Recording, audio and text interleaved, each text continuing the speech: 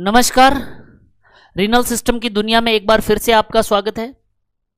आज हम स्टार्ट करने जा रहे हैं डिजीज पोर्शन, और इस डिजीज पोर्शन के अंदर आज जो अपन डिस्कस करने जा रहे हैं वो है पहला डिसऑर्डर, जिसके बारे में अपन ने यहाँ पर लिखा हुआ है, और वो डिसऑर्डर है नेफ्रोटिक सिंड्रोम। अगर हम बात करें इस नेफ्रोटिक सिंड्रोम की, तो नेफ्रोटिक सिंड्रोम अगर पॉइंट ऑफ व्यू एग्जाम से बात करें तो बेहद महत्वपूर्ण है। हर एग्जाम के अंदर इस नेफ्रोटिक सिंड्रोम से एक क्वेश्चन देखने को मिलता है। अगर हम बात करें इस नेफ्रोटिक सिंड्रोम के बारे में, तो हम बात करेंगे इसके बारे में कि नेफ्रोटिक सिंड्रोम डेवलप कैसे होता है, किस प्रकार से ग्लोमेरुलर इंजरी आगे आगे प्रोग्रेस करती जाती है, कौन कौन से साइन एंड सिम्टम हमें नेफ्रोटिक सिंड्रोम के पेशेंट में देखने को मिलते हैं। अगर हम नेफ्रोटिक सिंड्रोम हो जाए तो उसको किस प्रकार से डायग्नोस करते हैं, डायग्नोस करने के बाद में किस प्रकार से हम उसको मेडिकली, नर्सिंग और डाइटरी मैनेजमेंट करते हैं, और अगर नेफ्रोटिक सिंड्रोम को टाइम पर ट्रीट ना किया जाए तो आगे जाकर के कौन कौन सी कॉम्प्लिकेशंस डेवलप हो जाती है।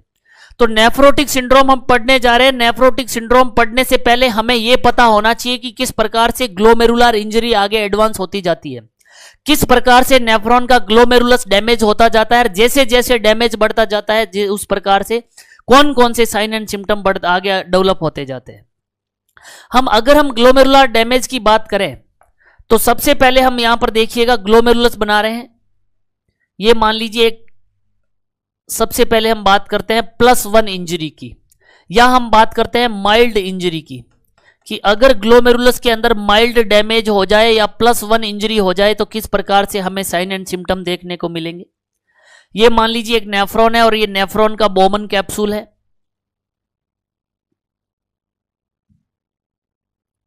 हमें पता है इस बोमन कैप्सूल के लिए ब्लड लेकर के आने वाली वेसल्स कहलाती है एफरेंट आर्टीरियोल,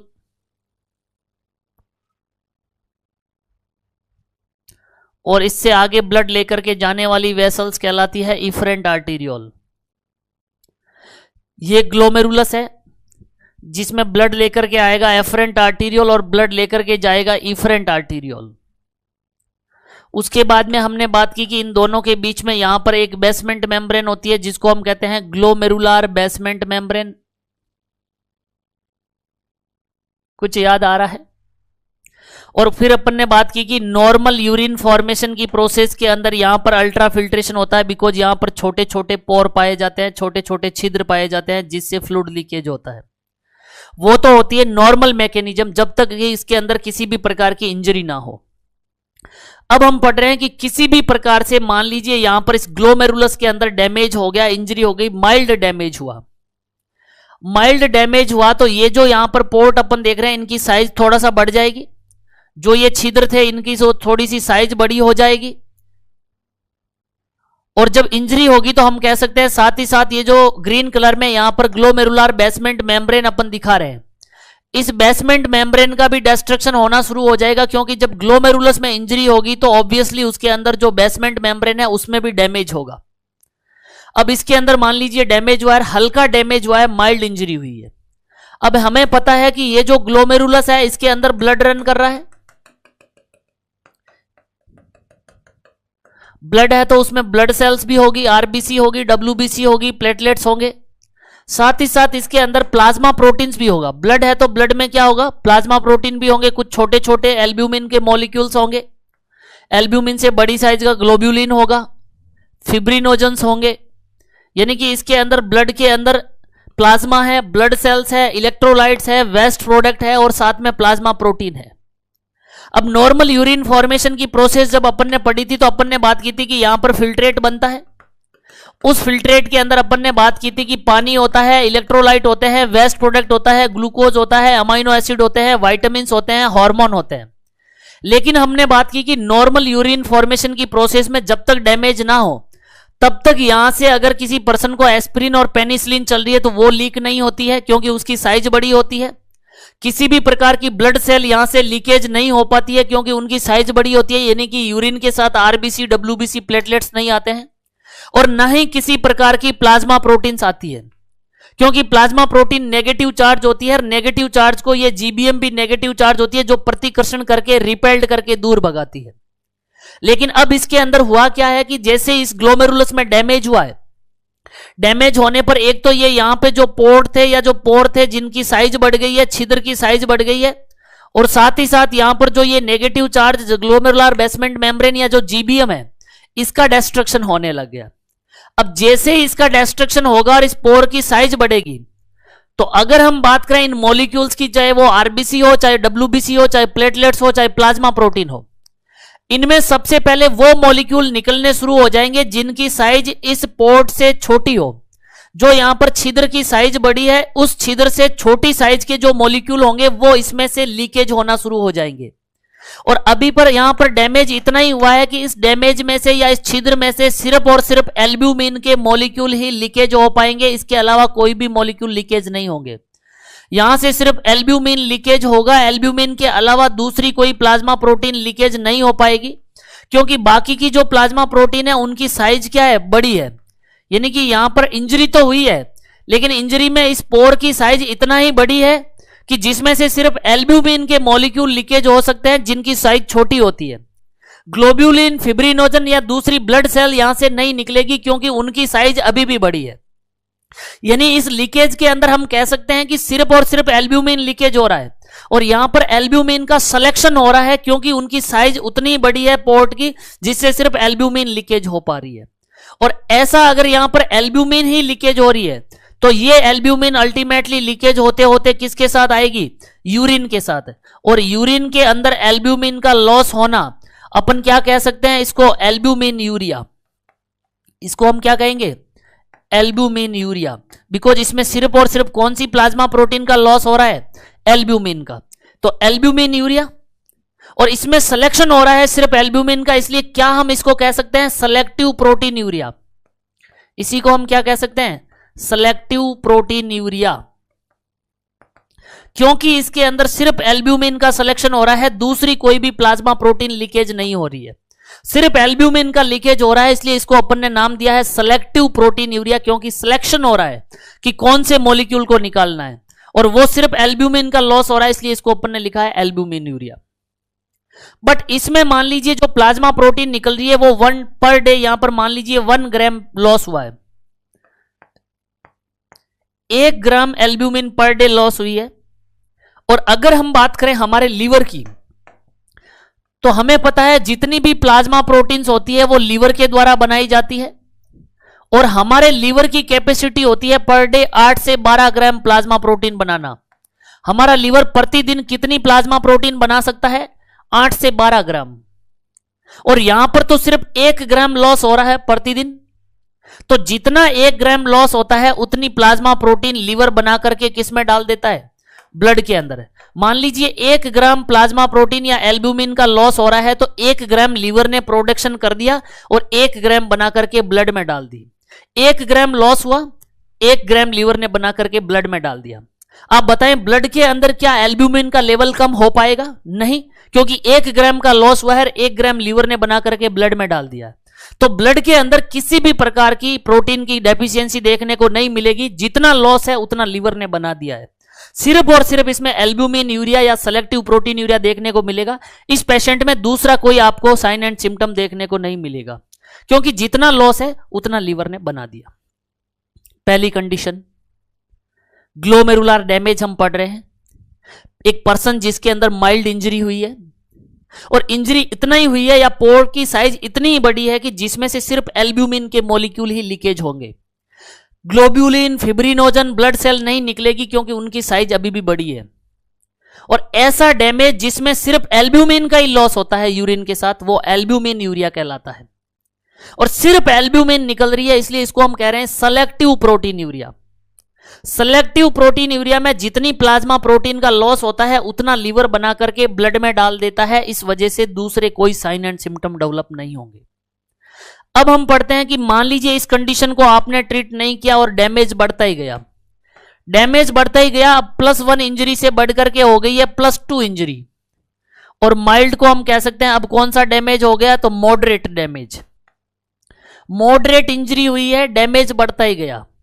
अब अगर अपन बात करें, मान लीजिए इसको पढ़ने की कोशिश करें, ये मान लीजिए नेफ्रॉन का ग्लोमेरुलस है, सॉरी बोमन कैप्सूल है।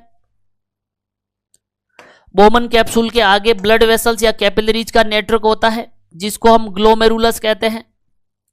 ग्लोमेरुलस के लिए ब्लड लेकर के आता है एफरेंट आर्टीरियोल और लेके जाता है इफरेंट आर्टीरियोल। ये मान लीजिए ब्लड लेकर के आ रहा है एफरेंट आर्टीरियोल और ये ब्लड लेकर के जाएगा इफरेंट आर्टीरियोल। ये है ग्लोमेरुलस। हमें पता है इन दोनों के बीच में यहां पर एक बेसमेंट मेम्ब्रेन होती है जिसको हम कहते हैं ग्लोमेरुलर बेसमेंट मेम्ब्रेन। अगर हम बात करें यहां पर ब्लड लेकर के आ रहा है इस ग्लोमेरुलस में, अब इसमें ब्लड आ रहा है तो ब्लड के साथ ब्लड सेल भी होगी, आरबीसी होगी, डब्ल्यूबीसी होगी, प्लेटलेट्स होंगे। साथ में हम कह सकते हैं इसके अंदर प्लाज्मा प्रोटीन होगी, एल्ब्यूमिन होगी, ग्लोब्यूलिन होगी, फिब्रिनोजन होगी। एल्ब्यूमिन, ग्लोब्यूलिन, फिब्रिनोजन यानी कि डिफरेंट टाइप की प्लाज्मा प्रोटीन्स इसके अंदर पाई जाएगी, कुछ बड़ी साइज की तो कुछ छोटी साइज की।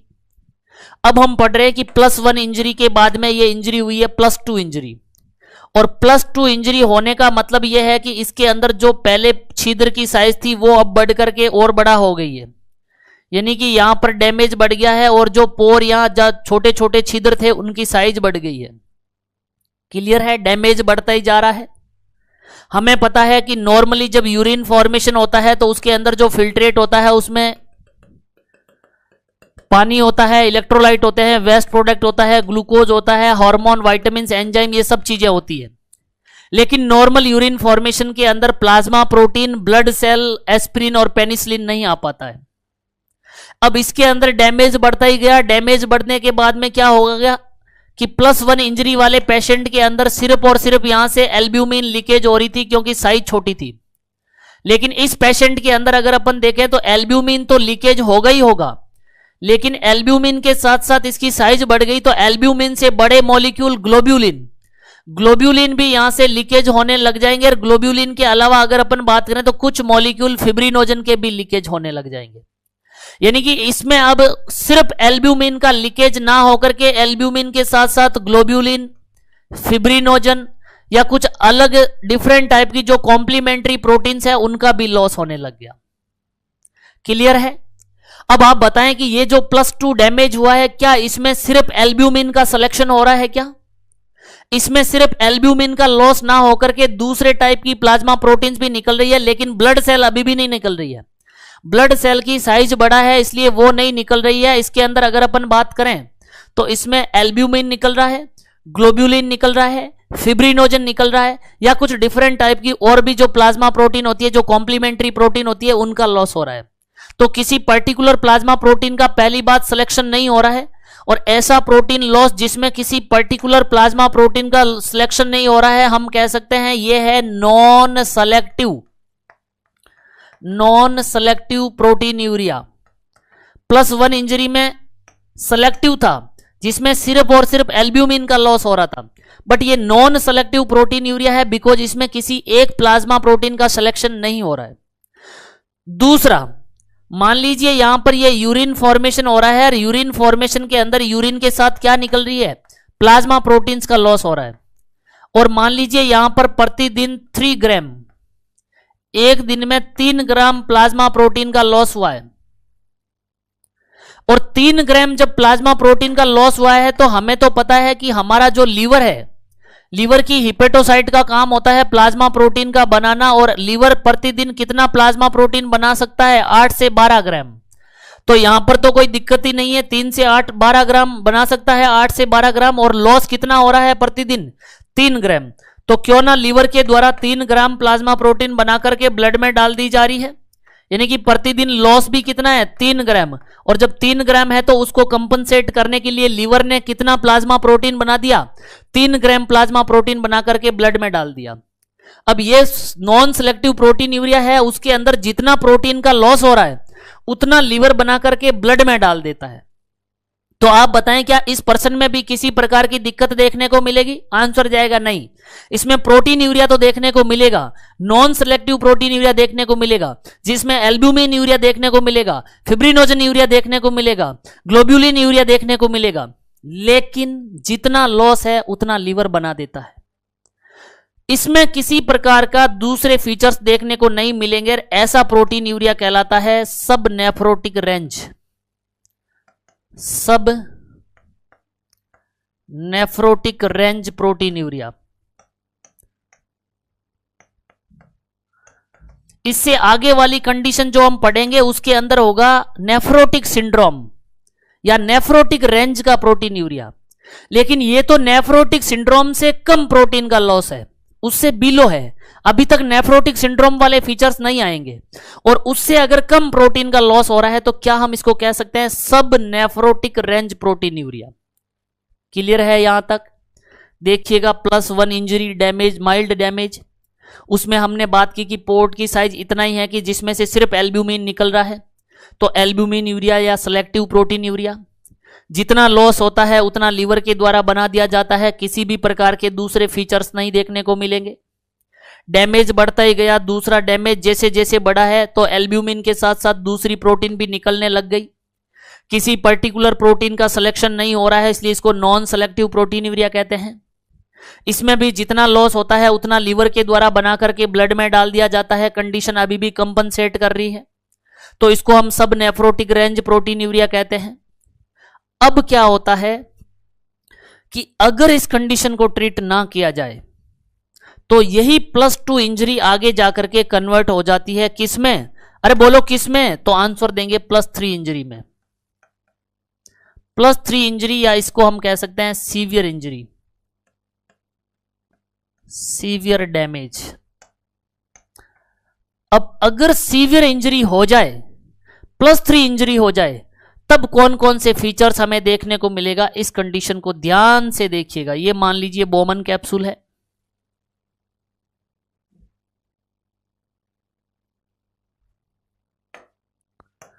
इसके आगे ब्लड लेकर के आता है एफरेंट आर्टीरियोल, देन ग्लोमेरुलस, और उसके बाद में इफरेंट आर्टीरियोल।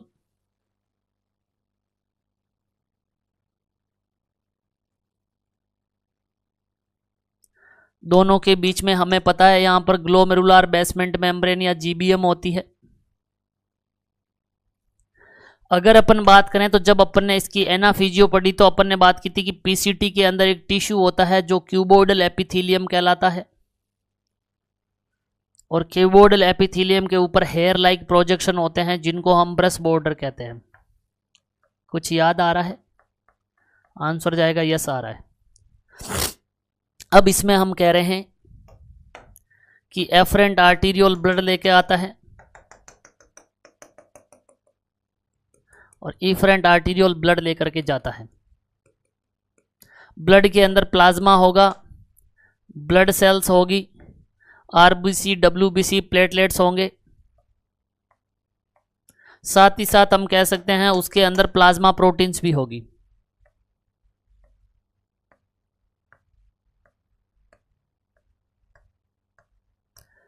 अगर ये मैकेनिज्म समझ में आ गई तो नेफ्रोटिक सिंड्रोम का वॉल कंसेप्ट क्लियर हो जाएगा। अब हम बात कर रहे हैं +3 इंजरी के अंदर क्या होता है? डैमेज बढ़ता ही जाता है, जो पोर्ट की साइज थी वो बढ़ गई है, इंजरी बढ़ गई है। पहले अपन ने नॉर्मली बात की कि यूरिन फॉर्मेशन की जब तक इंजरी ना हो और ग्लोमेरुलस में किडनी में कोई डैमेज नहीं हो तो फिल्ट्रेट बनता है। उस फिल्ट्रेट के अंदर अपन ने बात की थी कि पानी होता है, ग्लूकोज होता है, amino acid, vitamin, hormone, enzyme, electrolyte, urea, uric acid, creatinine, ketones, ये सब होते हैं। होती कौन सी चीज नहीं है? तो हम कहते हैं कि एस्पिरिन और पेनिसिलिन चलती है तो वो नहीं लीकेज होता है। प्लाज्मा प्रोटीन नहीं आ पाती है क्योंकि वो जीबीएम नेगेटिव चार्ज है, प्लाज्मा प्रोटीन नेगेटिव चार्ज है, तो वो प्रतिकर्षण होता है। और ब्लड सेल्स, आरबीसी, डब्ल्यूबीसी और प्लेटलेट्स नहीं आते हैं। फिर हमने देखा कि अगर किडनी में डैमेज हो जाए, +1 इंजरी हो जाए, माइल्ड डैमेज हो जाए, तो सिर्फ एल्ब्यूमिन का लॉस होता है, जिसको हमने कहा सेलेक्टिव प्रोटीन यूरिया या एल्ब्यूमिन यूरिया। उसके बाद में डैमेज बढ़ता ही जाए तो एल्ब्यूमिन के साथ साथ ग्लोब्यूलिन, फिब्रिनोजन लीकेज होने लग जाते हैं, नॉन सेलेक्टिव प्रोटीन यूरिया, या इसी को हमने सब नेफ्रोटिक रेंज प्रोटीन यूरिया।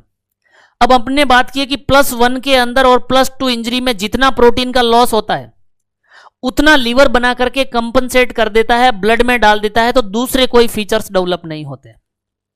इसी चीज को अगर आपने ट्रीट नहीं किया और डैमेज बढ़ता ही जाए, जैसे जैसे डैमेज बढ़ता जाएगा वैसे वैसे आप बताएं क्या इसमें से प्रोटीन का लॉस बढ़ता जाएगा? आंसर जाएगा यस, लॉस बढ़ता जाएगा।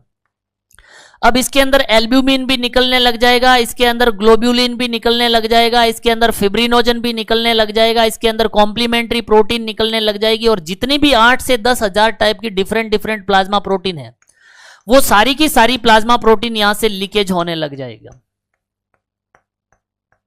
क्लियर है? जैसे जैसे डैमेज बढ़ता गया वैसे वैसे प्लाज्मा प्रोटीन निकल रही है, अभी भी ब्लड सेल नहीं निकल रही है। ब्लड सेल की साइज बड़ी है इसलिए ब्लड सेल यहां से निकलना शुरू नहीं हुआ, इसमें डैमेज बढ़ता ही गया, और डैमेज बढ़ने के बाद में यहां से प्रोटीन का लॉस होने लग गया। और हमें पता है कि अगर यहां से प्रोटीन का लॉस होगा और प्रोटीन अगर यहां से निकल करके यूरिन के साथ आने लग जाए, ये मान लीजिए यहां पर एक पोर्ट है, इस पोर्ट के अंदर अपन ने यहां पर यूरिन कलेक्ट किया है, यूरिन आ रहा है, और हमें पता है यूरिन के साथ साथ जैसे जैसे यहां पर ग्लोमेरुलस में डैमेज हो रहा है, यूरिन के साथ क्या आ रहा है, तो हम आंसर देंगे कि यूरिन में प्लाज्मा प्रोटीन आ रही है। यूरिन के अंदर क्या आ रहा है? प्लाज्मा प्रोटीन आ रहा है। और यूरिन के अंदर प्लाज्मा प्रोटीन की प्रेजेंस होना, यूरिन के अंदर प्लाज्मा प्रोटीन का आना, पहली कंडीशन क्या कहलाता है? Protein urea.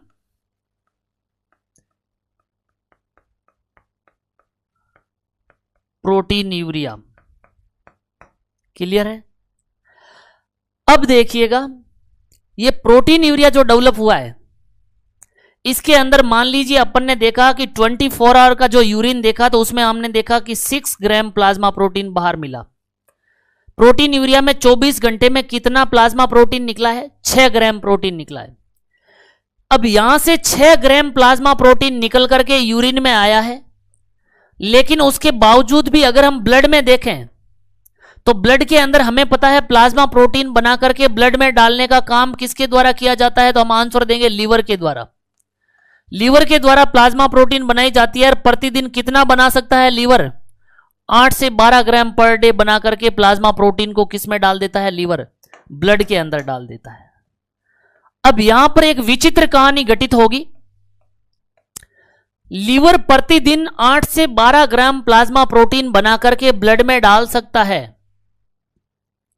यहां पर प्रतिदिन 6 ग्राम प्लाज्मा प्रोटीन का लॉस हुआ है। तो 6 ग्राम लॉस हुआ है तो 6 ग्राम तो लीवर ने बना करके ब्लड में डाल दी होगी, लेकिन फिर भी देखा गया कि इस पर्सन के ब्लड में प्लाज्मा प्रोटीन का लेवल कम देखने को मिलेगा।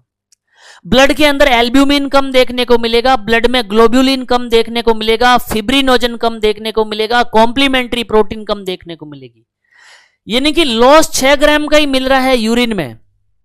लीवर की कैपेसिटी है 12 ग्राम तक प्रतिदिन बना देने का, फिर भी ब्लड में कम क्यों हो रहा है? अगर ये 6 ग्राम लॉस है तो 6 ग्राम तो लीवर बना करके ब्लड में डाल देगा, तो जितना लॉस है उतना कंपनसेट हो गया, फिर ब्लड में ये प्लाज्मा प्रोटीन कम कैसे हुई? तब पता लगा कि जो प्लाज्मा प्रोटीन यहां पर ये यूरिन में आ रही है बाहर, ये प्लाज्मा प्रोटीन का एक्चुअल लॉस नहीं है। जो यहां पर अपन देख रहे हैं पीसीटी के अंदर ये जो क्यूबोइडल एपिथेलियम है, इस क्यूबोइडल एपिथेलियम की सेल क्या करती है कि जो प्लाज्मा प्रोटीन यहां आता है उनमें से कुछ प्लाज्मा प्रोटीन को ये यहीं पर खा जाता है अपने आप के न्यूट्रिशन के लिए, यानी रीअब्सॉर्ब होकर ब्लड में नहीं जा रहा है, ये सेल अपने खाने के रूप में प्लाज्मा प्रोटीन को यहां पर इस्तेमाल कर लेती है। अब हुआ क्या कि मान लीजिए यहां से जो प्लाज्मा प्रोटीन बाहर निकला, टोटल मान लीजिए 15 ग्राम या मान लीजिए 14 ग्राम प्लाज्मा प्रोटीन निकला है एक दिन में, यानी कि यहां से लॉस कितना हुआ है? प्रतिदिन 14 ग्राम, और उस 14 ग्राम में से 6 ग्राम कहां मिला है? हमें मिला है यूरिन में। तो ये 8 ग्राम प्लाज्मा प्रोटीन कहां पर यूज हो गया है? 8 ग्राम प्लाज्मा प्रोटीन जो है वो इस सेल के द्वारा यहीं पर यूज कर लिया गया, इसने अपने खाने के रूप में इस्तेमाल कर लिया। तो अगर हम बात करें तो ब्लड में से तो प्रतिदिन 14 ग्राम निकला है, उसमें से 8 ग्राम तो पीसीटी की जो सेल्स है, नेफ्रॉन की जो सेल्स है, उन्होंने यहीं पर इस्तेमाल कर लिया है, जो हमें यूरिन में भी नहीं मिलेगा और वो वापस ब्लड में भी नहीं जाएगा, वो यहां पर एंगल्प कर लिया गया, इस्तेमाल कर लिया गया, कंज्यूम हो गया। तो 8 ग्राम तो यहां पर लॉस हो गया और 6 ग्राम आ गया यूरिन में, तो 8 और 6 टोटल मिलाकर के कितना लॉस हुआ है ब्लड में से? 14 ग्राम, जबकि लीवर के बनाने की कैपेसिटी कितनी है? 12 ग्राम, यानी कि प्रतिदिन लॉस उतना हो रहा है जितना लीवर नहीं बना पा रहा है। मान लीजिए लीवर प्रतिदिन 10 ग्राम बना पा रहा है और लॉस मान लीजिए 12 ग्राम हो गया, तो प्रतिदिन ब्लड के अंदर कितने ग्राम कम हो जाएगा? 2 ग्राम कम हो जाएगा। तो अगर अपन देखें कि अगर ये लॉस इतना हो जिसको लीवर कंपनसेट नहीं कर पाए, तो धीरे धीरे इस ब्लड के अंदर आप बताएं प्रोटीन का लेवल बढ़ेगा कि कम होगा। अरे प्रतिदिन मान लीजिए 10 ग्राम लीवर बना पा रहा है और लॉस मान लीजिए 11 ग्राम है, तो 1 ग्राम प्लाज्मा प्रोटीन पर डे कम हो जाएगा। अब ऐसे पेशेंट के अंदर अपन देखें तो वैसे तो उसके अंदर हाइपोप्रोटीनीमिया होगा, उसके ब्लड में अपन देखेंगे तो एल्ब्यूमिन भी कम मिलेगा, ग्लोब्यूलिन भी कम मिलेगा, फिब्रिनोजन भी कम मिलेगा, सारी की सारी प्लाज्मा प्रोटीन ब्लड के अंदर कम मिलेगी। लेकिन यहां पर याद रखने योग्य बात यह है कि इनमें भी अगर सबसे ज्यादा लॉस होगा तो वो जो प्रोटीन यहां पर सबसे ज्यादा मॉलिक्यूल दौड़ रहे हैं, हमें पता है ब्लड में सबसे ज्यादा यहां पर एल्ब्यूमिन होती है, और सबसे ज्यादा अगर एल्ब्यूमिन है तो सबसे ज्यादा यहां से निकलेगा भी क्या, एल्ब्यूमिन निकलेगा। और अगर यहां से एल्ब्यूमिन का लॉस सबसे ज्यादा होगा तो ब्लड के अंदर वैसे तो सारी प्रोटीन कम होगी, लेकिन उनमें भी अगर अपन बात करें सबसे ज्यादा डेफिशिएंसी किसकी होगी, तो हम कहेंगे ब्लड में एल्ब्यूमिन की सबसे ज्यादा कमी होगी, क्योंकि उसका लीकेज ज्यादा है। और अगर ब्लड के अंदर एल्ब्यूमिन की कमी हो जाए तो वो कंडीशन कहलाएगी hypoalbuminemia. Hypoalbuminemia, 2 condition. Hypoalbuminemia हो गया। अब हमें पता है, देखिएगा, ये मान लीजिए एक ब्लड वेसल्स है, ब्लड वेसल्स के अंदर हमें पता है ब्लड सेल्स होती है, यस होती है। ब्लड वेसल्स के अंदर हमें पता है प्लाज्मा होता है, यानी कि पानी होता है, यस होता है। और ब्लड सेल्स के, इस ब्लड वेसल्स के अंदर हमें पता है प्लाज्मा प्रोटीन होती है, आंसर जाएगा यस होती है। हमें पता है कि इस ब्लड वेसल्स के अंदर प्लाज्मा प्रोटीन के द्वारा एक प्रेशर जनरेट किया जाता है जो कि ऑनकोटिक प्रेशर कहलाता है, और हमें पता है कि इस प्लाज्मा के द्वारा एक प्रेशर जनरेट किया जाता है जो कि हाइड्रोस्टेटिक प्रेशर कहलाता है। ये मान लीजिए एक टिश्यू है जिसको अपन ने एडिमा वाली क्लास में पढ़ा भी था। यहां पर सेल्स होगी। दूसरा हमें पता है कि जो हाइड्रोस्टेटिक प्रेशर होता है इसका काम होता है फ्लूइड को बाहर निकालना, लीकेज करवाना, और जो ऑनकोटिक प्रेशर होता है उसका काम होता है फ्लूइड को वापस ब्लड वेसल्स के अंदर डालना। अब एक पर्सन है जिसके अंदर प्लाज्मा प्रोटीन की कमी हो गई है, और प्लाज्मा प्रोटीन की कमी हो गई है, तो आप बताएं उस पर्सन के अंदर जो ये ऑनकोटिक प्रेशर है ये बढ़ता जाएगा कि कम होता जाएगा, तो आंसर जाएगा कि उस पर्सन की ब्लड वेसल्स में ऑनकोटिक प्रेशर जो है वो क्या होता जाएगा, कम होता जाएगा। अब अगर ऑनकोटिक प्रेशर कम हो गया तो फ्लूइड बाहर लीकेज तो मान लीजिए 20 ml, और 20 ml में से वापस अंदर सक होकर के कितना जाएगा, 10 ml। तो आप मुझे बताएं क्या 10 ml फ्लूइड इन सेल के आसपास में कलेक्ट हो जाएगा, आंसर जाएगा यस हो जाएगा। अब ये 10 ml फ्लूइड जो टिश्यू में, स्पेस में, या जहां पर सेल के आसपास इंटरस्टिशियम में कलेक्ट हो रहा है, क्या ये इस टिश्यू में स्वेलिंग ला देगा, यस ला देगा, और कंडीशन क्या कहलाएगी, इडिमा। अब ये इडिमा जो डेवलप हो रहा है वो किस वजह से हो रहा है, तो आंसर जाएगा ऑनकोटिक प्रेशर के कम होने की वजह से। और ये ऑनकोटिक प्रेशर कम क्यों हो रहा है, तो अपन आंसर देंगे कि प्लाज्मा प्रोटीन का लॉस हो रहा है। किसका लॉस हो रहा है, उस पर्सन के अंदर प्लाज्मा प्रोटीन कम हो रही है। प्लाज्मा प्रोटीन के कम होने से ऑनकोटिक प्रेशर कम हो रहा है, और ऑनकोटिक प्रेशर कम होने से कंडीशन क्या डेवलप हो रही है, इडिमा डेवलप हो रहा है। अब ये इडिमा जो डेवलप हो रहा है इसमें आप मुझे बताएं कि अगर इस पार्ट को हम कंप्रेस करें तो वहां पर खड्डा बनेगा, यस बनेगा, यानी कि ये जो इडिमा होगा वो कैसा होगा, पिटिंग टाइप का, यानी ये इडिमा होगा प्रोटीन की कमी की वजह से, पिटिंग टाइप का होगा। और ये इडिमा किसी पर्टिकुलर पार्ट में नहीं होगा, प्लाज्मा प्रोटीन कम हो रही है तो वो पूरे ब्लड में हो रही है, वॉल बॉडी में प्लाज्मा प्रोटीन कम हो रही है, तो ये जो फ्लूइड कलेक्शन होगा ये पूरी बॉडी में होगा, किसी एक पार्ट में नहीं होगा। और पूरी बॉडी के अंदर इडिमा होना कहलाएगा जनरलाइज इडिमा, और जनरलाइज इडिमा को हम क्या कहते हैं, एनासार्का। ये एनासार्का वाली कंडीशन डेवलप होगी। जब भी जनरलाइज इडिमा होता है सबसे पहले शुरुआत कहां से होती है, आंसर देंगे पेरी ऑर्बिटल रीजन से। यहां तक क्लियर है। तो थर्ड कंडीशन अगर अपन यहां पे लिखें फीचर, तो तीसरा फीचर हम कहेंगे कि इस पर्सन के अंदर इडिमा डेवलप हो जाएगा। इडिमा डेवलप क्यों होगा, तो आंसर देंगे कि हाइपोएल्बुमिनेमिया या प्रोटीन की कमी की वजह से। जो इडिमा होगा वो किस प्रकार का होगा, आंसर जाएगा ये पिटिंग इडिमा होगा। दूसरा ये जनरलाइज या वॉल बॉडी का इडिमा होगा, एनासार का होगा। और ये सबसे पहले अगर अपन बात करें कहां से शुरुआत होगी, तो आंसर जाएगा पेरी ऑर्बिटल रीजन से। Periorbital edema first generalize edema या एनासार का और पिटिंग टाइप का इडिमा होगा। इडिमा डेवलप होने का रीजन क्या होगा? ऑनकोटिक प्रेशर का कम हो जाना। और ऑनकोटिक प्रेशर कम क्यों होता है?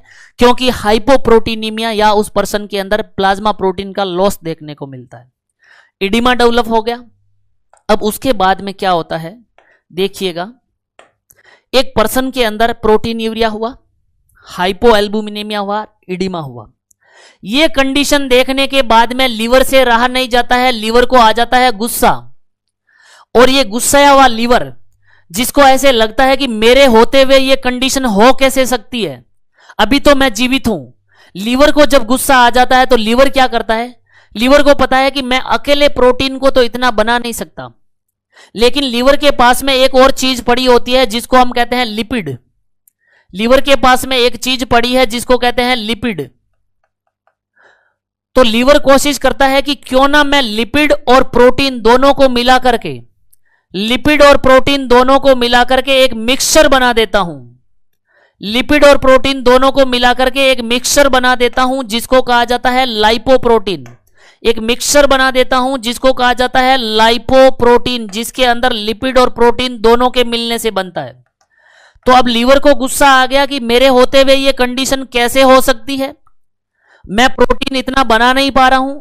लेकिन प्रोटीन नहीं बना पा रहा हूं तो क्या है, उसके साथ कुछ मसाला ऐड कर लेता हूं, और मसाला ऐड करके मैं क्या करता हूं, लिपिड और प्रोटीन का एक मिक्सचर बना देता हूं।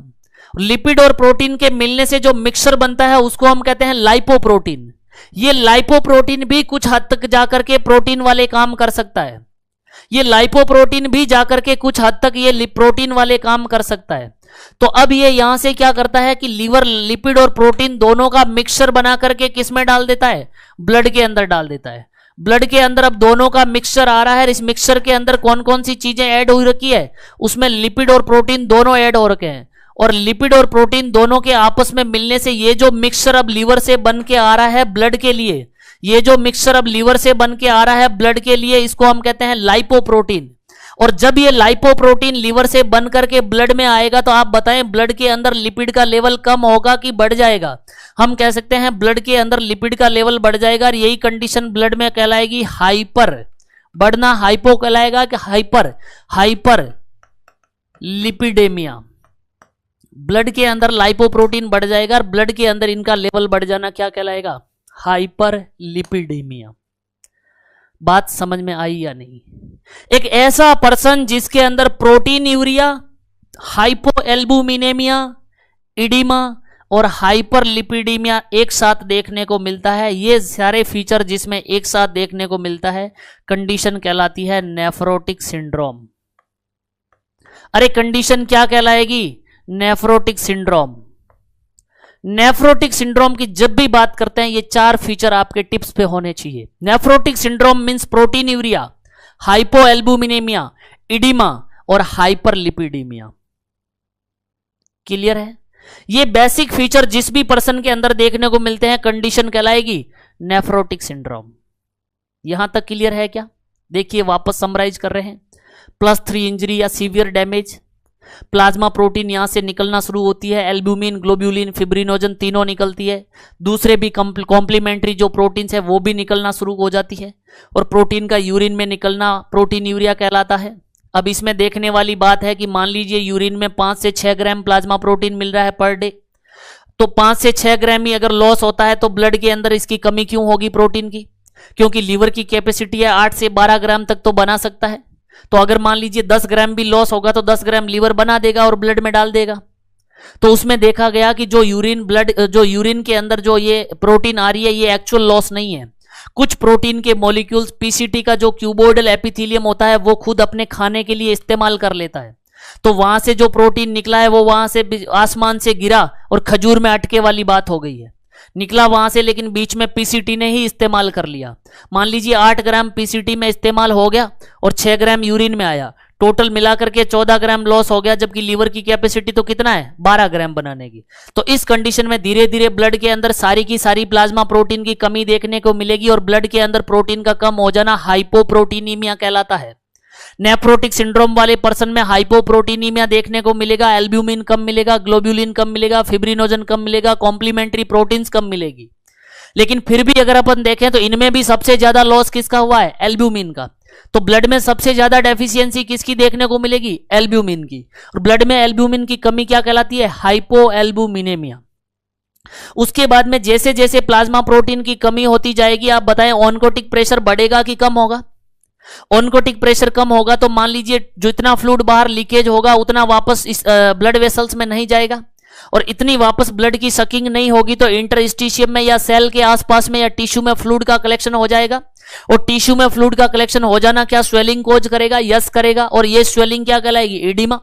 ये एडिमा जो होगा ये किसी एक पार्ट में होगा या पूरी बॉडी में होगा? पूरी बॉडी में होगा, यानी कि जनरलाइज एडिमा या एनासार का कहलाएगा। ये एनासार का या जनरलाइज एडिमा सबसे पहले कहां से होगा? पेरी ऑर्बिटल रीजन में होगा। और इस प्रकार का जो एडिमा होता है उसके अंदर अगर अपन कंप्रेस करें तो पिट फॉर्मेशन होगा, और पिट फॉर्मेशन होने वाला एडिमा कैसा होगा? पिटिंग टाइप का एडिमा होगा। क्लियर है? उसके बाद में अगर हम नेक्स्ट बात करें कि जब ये कंडीशन डेवलप हो जाती है तो लीवर को गुस्सा आ जाता है कंपनसेट करने के लिए। लीवर कहेगा कि मेरे होते हुए ये कैसे हो सकता है, अभी तो मैं जिंदा हूं, मरा थोड़ी हूं। तो वो क्या करता है? वो करता है कोशिश, एक मिक्सचर बनाता है लिपिड और प्रोटीन दोनों को मिला करके, और एक ऐसा मिक्सचर जो लिपिड और प्रोटीन दोनों के मिलने से बनता है लाइपोप्रोटीन कहलाता है। लाइपोप्रोटीन बना बना करके ब्लड में डाल देता है, और लाइपोप्रोटीन जैसे जैसे ब्लड में आते हैं, आप बताएं ब्लड में लिपिड का लेवल क्या होगा? इंक्रीज होगा। और ब्लड के अंदर लिपिड का लेवल बढ़ जाए, कंडीशन कहलाएगी हाइपरलिपिडीमिया। और एक ऐसा पेशेंट जिसमें प्रोटीन यूरिया, हाइपोएल्ब्यूमिनेमिया, एडिमा और हाइपरलिपिडीमिया एक साथ देखने को मिलता है, कंडीशन कहलाती है नेफ्रोटिक सिंड्रोम। क्लियर है? अब अगर अपन बात करें इस नेफ्रोटिक सिंड्रोम की, तो कहानी अभी भी खत्म नहीं हुई है, कुछ और चीजें अपन देखते हैं। ये मान लीजिए नेफ्रोटिक सिंड्रोम डेवलप हुआ है, इसमें एडिमा डेवलप हुआ है। अब देखिए यहां पर, ये मान लीजिए अपन एक पर्सन का सर्कुलेटरी सिस्टम बना रहे हैं। सर्कुलेटरी सिस्टम में ये ब्लड है, ब्लड सेल है, ब्लड सेल के साथ साथ इसमें क्या है? प्लाज्मा है। प्लाज्मा भी है और साथ में इसमें प्लाज्मा प्रोटीन्स भी है, लेकिन प्लाज्मा प्रोटीन यहां पर लॉस होने से क्या हो गया? कमी हो गई। प्लाज्मा प्रोटीन है लेकिन बहुत कम है, और ऑनकोटिक प्रेशर कम हो रखा है। ऑनकोटिक प्रेशर जब कम हो रखा है तो हमने बात की कि ये प्लाज्मा जो है, ये प्लाज्मा यहां से निकल करके जो सेल्स है उन सेल्स के आसपास में या इंटरस्टिशियम में आ जाता है, और जो एडिमा डेवलप करता है। अब अगर ये प्लाज्मा यहां से ब्लड में से निकल करके इंटरस्टिशियम में आ जाएगा, जो कि सेल के आसपास में कलेक्ट हो जाएगा, और एडिमा तो कोज करेगा। ये मान लीजिए यहां पर फ्लूइड कलेक्शन हो गया, एडिमा कोज कर दिया। लेकिन अगर अपन बात करें इस ब्लड सेल्स के अंदर, सॉरी ब्लड वेसल्स के अंदर, तो ब्लड वेसल्स के अंदर आप मुझे बताएं जब प्लाज्मा बाहर लीकेज होकर के निकल जाएगा तो अंदर प्लाज्मा ज्यादा रहेगा कि कम रहेगा? हम कह सकते हैं इस सर्कुलेटरी सिस्टम में प्लाज्मा कम रहेगा, क्योंकि पानी तो लीकेज होकर के एडिमा के रूप में चला गया। अब ऐसा ब्लड जिसके अंदर प्लाज्मा की डेफिशिएंसी हो गई हो, ऐसा ब्लड जिसके अंदर प्लाज्मा की डेफिशिएंसी हो गई और प्लाज्मा अगर उसके अंदर कम है, तो अपन कह सकते हैं ये जो ब्लड है उसमें अगर पानी की कमी हो जाए, साथ ही साथ उसके अंदर लाइपोप्रोटीन बढ़े हुए हैं, साथ ही साथ उसके अंदर लाइपोप्रोटीन बढ़े हुए हैं यानी कि हाइपरलिपिडीमिया है, साथ ही साथ उसमें लाइपोप्रोटीन बढ़े हुए हैं यानी कि हाइपरलिपिडीमिया है। दूसरा उसके अंदर क्या है कि प्लाज्मा की डेफिशिएंसी है, प्लाज्मा उसके अंदर बिल्कुल कम है। उसके साथ साथ उसमें क्या है? ब्लड सेल्स है। अब इसके अंदर अगर ब्लड में पानी कम है तो ये जो ब्लड है ये डाइल्यूट होगा कि गाढ़ा होगा? ये ब्लड गाढ़ा हो जाएगा, क्योंकि एक तो इसमें हाइपरलिपिडीमिया है, दूसरा प्लाज्मा बाहर निकल गया है एडिमा के रूप में, और ये गाढ़ा ब्लड है, इसका मतलब इसकी ऑस्मोलरिटी क्या है? ज्यादा। ये हाइपर ऑस्मोलर ब्लड है। कैसा है? हाइपर ऑस्मोलर ब्लड है। अब ये हाइपर ऑस्मोलर ब्लड जब यहां पर जाकर के हाइपोथैलेमस के पास में जाएगा, किसके पास में जाएगा? हाइपोथैलेमस के पास में से जब ये ब्लड गुजरेगा तो इसके अंदर ऑस्मो रिसेप्टर बैठे हैं। उन ऑस्मो रिसेप्टर को पता लग जाएगा कि इस ब्लड में पानी की कमी हो रही है, इस ब्लड के अंदर पानी की कमी हो रही है, और इस ब्लड में पानी की कमी हो रही है तो ये हाइपोथैलेमस मैसेज सेंड करेगा पोस्टीरियर पिट्यूटरी ग्लैंड को कि अरे करम जली, कर क्या रही है? ब्लड के अंदर पानी की कमी हो रही है, तू जल्दी से जल्दी यहां से रिलीज कर। किसको? एडीएच को। पानी को रोक, पानी को रोक, पानी को रोक, ब्लड में पानी की कमी हो गई है डार्लिंग। तो उसी दौरान ये पोस्टीरियर पिट्यूटरी ग्लैंड यहां से एडीएच रिलीज करेगी, और जब ये एडीएच रिलीज होगा तो एडीएच दौड़ता हुआ जाएगा किसके पास? किडनी के पास। एडीएच दौड़ता हुआ जाएगा किसके पास? किडनी के पास। एडीएच दौड़ता हुआ जाएगा किसके पास? बोलो, किडनी के पास। अब अगर हम बात करें कि ये किडनी के पास में जाकर के क्या करेगा, तो ये अपन ने बात की नेफ्रॉन होते हैं, नेफ्रॉन की पीसीटी, लूप ऑफ हेनले और डीसीटी, डीसीटी और कलेक्टिंग डक्ट।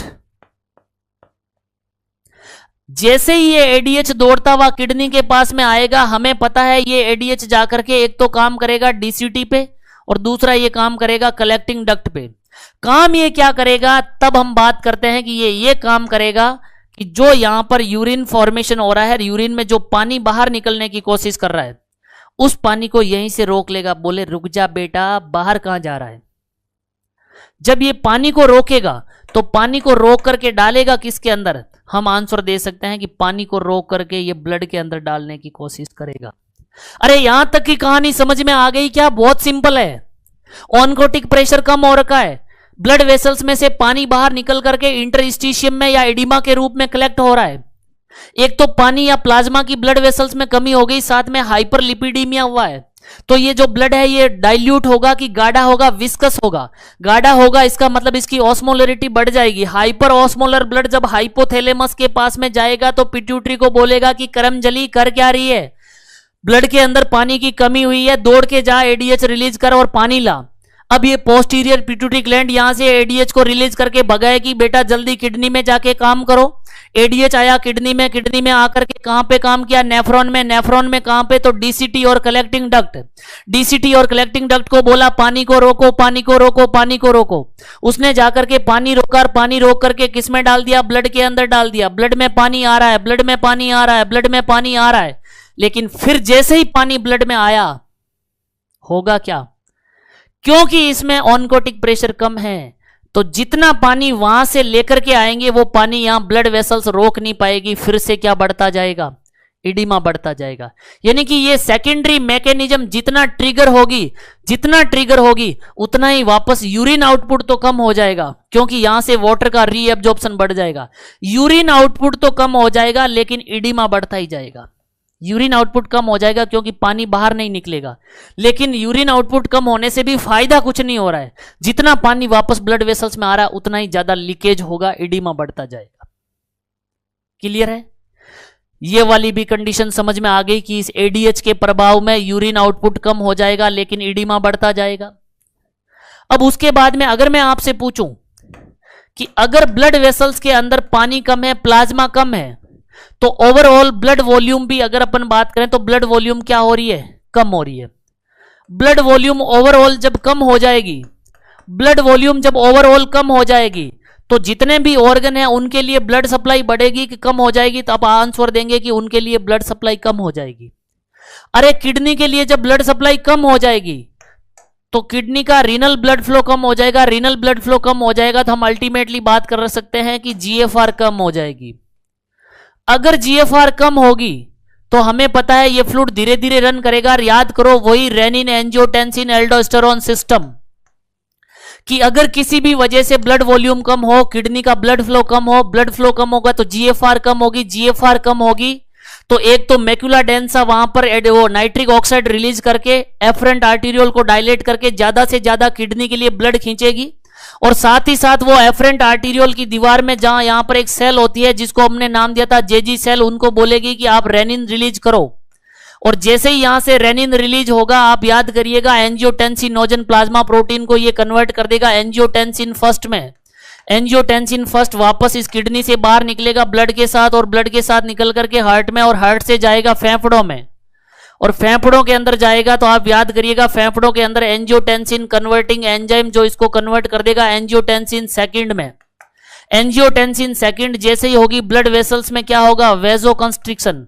जितना वेजो कंस्ट्रिक्शन होगा उतना ही ज्यादा फ्लूइड लीकेज होगा, क्योंकि ब्लड वेसल्स में से पानी क्या निकलेगा? बाहर निकलेगा। यानी कि जितना वेजो कंस्ट्रिक्शन होगा एडिमा बढ़ता जाएगा। और दूसरा वेजो कंस्ट्रिक्शन होने के साथ साथ ये एड्रिनल कॉर्टेक्स से जाकर के एल्डोस्टेरोन रिलीज करवाएगा। एल्डोस्टेरोन का हमें पता है ये जाकर के नेफ्रॉन की डीसीटी के ऊपर एक्ट करके सोडियम और पानी का रीअब्जॉर्प्शन बढ़ाएगा। याद रखिए जितना सोडियम और पानी का रीएब्जॉर्प्शन बढ़ेगा यूरिन आउटपुट तो कम होता जाएगा, लेकिन जो ये सोडियम और ये जो वाटर जो ब्लड वेसल्स में आ रहा है, क्या ब्लड वेसल्स उसको होल्ड कर पाएगी? नहीं कर पाएगी, क्योंकि ऑनकोटिक प्रेशर कम हो गया तो एडिमा बढ़ता जाएगा। तो यूरिन आउटपुट एक तो उस मैकेनिज्म से हुआ कम जिसमें एडीएच रिलीज हुआ, दूसरी ये सिंपल मैकेनिज्म है, रास सिस्टम याद रखना है कि प्लाज्मा के रूप में ये पानी जो है वो बाहर निकल गया एडिमा, तो ओवरऑल अगर अपन बात करें तो ब्लड वॉल्यूम कम हो जाएगा, ब्लड वॉल्यूम कम होगा तो किडनी के लिए ब्लड कम जाएगा, किडनी का ब्लड वॉल्यूम फ्लो कम हो जाएगा तो जीएफआर कम हो जाएगी, जैसे ही जीएफआर कम होगी तो मैक्यूला डेंसा सेल वहां से एडेनोसिन रिलीज करके एफरेंट आर्टेरियोल को डायलेट करके ज्यादा से ज्यादा ब्लड खींचने की कोशिश करेगा, और साथ ही साथ वो रेनिन रिलीज करवाएगा, और फिर वही renin angiotensin aldosterone system, angiotensin बनेगा फर्स्ट, वो किडनी से निकल करके जब लंग्स में जाएगा तो एंजियोटेंसिन कन्वर्टिंग एंजाइम उससे एंजियोटेंसिन सेकंड बनवा देगा, एंजियोटेंसिन सेकंड वेजोकंस्ट्रिक्शन करेगा तो फ्लूइड और लीकेज होगा, एडिमा बढ़ता जाएगा, और फिर एल्डोस्टेरोन रिलीज होगा तो वो किडनी में जाकर के सोडियम और पानी को रोकेगा, जिससे यूरिन आउटपुट तो कम हो जाएगा, लेकिन जो सोडियम और पानी का रीएब्जॉर्प्शन हुआ है उसको ब्लड वेसल्स होल्ड नहीं कर पाएगी, क्योंकि ऑनकोटिक प्रेशर कम हो रखा है, इसलिए जितना सोडियम और पानी आएगा एडिमा बढ़ता जाएगा। यूरिन आउटपुट कम हो रहा है सेकेंडरी मैकेनिज्म ट्रिगर करने से, लेकिन एडिमा बढ़ता ही जाएगा, एडिमा बढ़ता ही जाएगा, एडिमा बढ़ता ही जाएगा। दोस्तों याद आ रहा है कुछ? अब उसके बाद में देखिएगा, जैसे जैसे यूरिन आउटपुट कम हो जाएगा यूरिन कम बनेगा। ये मान लीजिए एक पर्सन का यूरिन आउटपुट कम हो गया है, और जैसे जैसे यूरिन कम बनता जाएगा, आप बताएं कि जो वेस्ट प्रोडक्ट किडनी के द्वारा यूरिन के साथ बाहर निकालने थे, जो वेस्ट प्रोडक्ट किडनी के द्वारा यूरिन के साथ बाहर निकालने थे, वो वेस्ट प्रोडक्ट क्या उतनी मात्रा में बाहर निकल पाएंगे जितने बाहर निकालने हैं? क्योंकि यूरिन कम बन रहा है। यूरिन अगर 400 ml से पर डे में कम हो जाए तो वो कंडीशन क्या कहलाएगी? ओलिग्यूरिया। यस, ओलिग्यूरिया हो गया। जैसे जैसे ओलिग्यूरिया होगा यूरिन कम बनेगा, बॉडी में बनने वाले waste product urea, uric acid और क्रिएटिनिन, क्या ये प्रॉपर अमाउंट में बॉडी से बाहर निकलेंगे? और अगर ये बॉडी से बाहर नहीं निकलेंगे तो आप बताएं, ब्लड के अंदर यूरिया, ब्लड के अंदर क्रिएटिनिन, ब्लड के अंदर यूरिक एसिड, क्रिएटिनिन और यूरिया, अगर ये यूरिन के साथ बाहर नहीं निकल पाए तो ब्लड के अंदर धीरे धीरे इनका लेवल क्या होता जाएगा? बढ़ता जाएगा। ब्लड के अंदर यूरिया का लेवल बढ़ता जाएगा, ब्लड के अंदर यूरिक एसिड का लेवल बढ़ता जाएगा, और ब्लड के अंदर क्रिएटिनिन का लेवल बढ़ता जाएगा। अब अगर अपन बात करें कि ब्लड के अंदर कौन कौन सा लेवल बढ़ेगा, तो ब्लड यूरिया नाइट्रोजन का लेवल बढ़ा हुआ मिलेगा, सीरम क्रिएटिनिन लेवल बढ़ा हुआ मिलेगा, और सीरम यूरिक एसिड लेवल बढ़ा हुआ मिलेगा। अब अगर किसी पर्सन के ब्लड के अंदर serum uric acid level, serum creatinine level और ब्लड यूरिया नाइट्रोजन लेवल, इन तीनों का रिटेंशन हो जाए, कंडीशन कहलाती है एजोटीमिया।